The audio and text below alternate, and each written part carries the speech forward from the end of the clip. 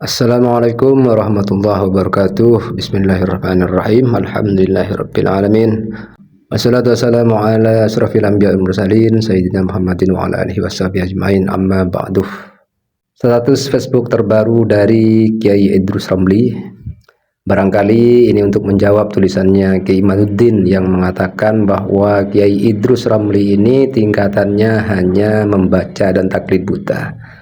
Jadi tulisan panjang Kiai Imad itu yang mengatakan seperti itu, mungkin menurut Kiai Idrus Ramli gak perlu dijawab dengan tulisan yang resmi ya. Cukup lewat status Facebook yang pendek ini. Barangkali begitu ya.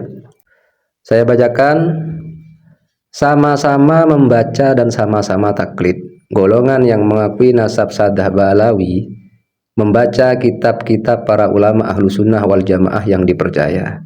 Sedangkan segelintir orang yang tidak mengakui nasab Sadah Ba'alawi membaca dan taklid pada artikel orang-orang Syiah dan Wahabi di Google. Kalau saya ambil pengertian dari status Kiai Idrus Ramli ini, maka baik pihak Kiai Imaduddin sebagai tokoh utama dari kubu yang membatalkan nasab habaib dan Kiai Idrus Ramli sebagai pihak yang mengakui kesahihan nasab habaib tersambung pada Rasulullah, kedua pihak ini sama-sama taklid dan masih level pembaca.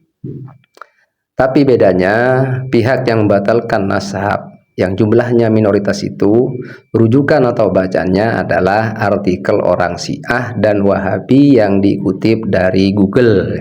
Sedangkan pihak yang mengakui dan meyakini ketersambungan nasab habaib kepada Rasulullah itu dengan menggunakan sandaran atau dasar kitab-kitab para ulama ahlu sunnah wal jamaah yang dipercaya atau muktabar.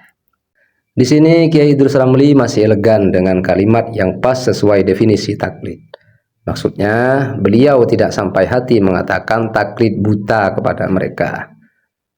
Tapi kalau mereka malah sebaliknya, tidak segan-segan mengatakan bahwa ulama-ulama yang mengakui nasab habaib atau nasab Ba'alawi sah bersambung pada Rasulullah sebagai orang-orang yang taklid buta.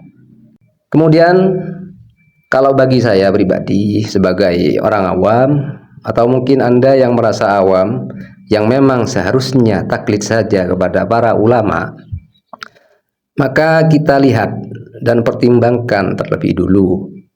Mikir siapakah atau siapa saja ulama yang layak kita taklidi atau kita ikuti.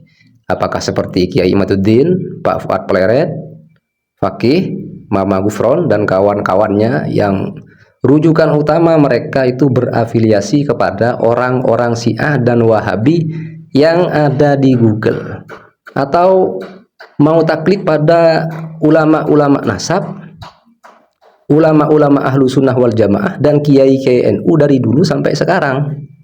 Jangan sampai taklid sembarangan alias taklid buta, nggak ngerti mana ulama yang layak diikuti, mana yang tidak.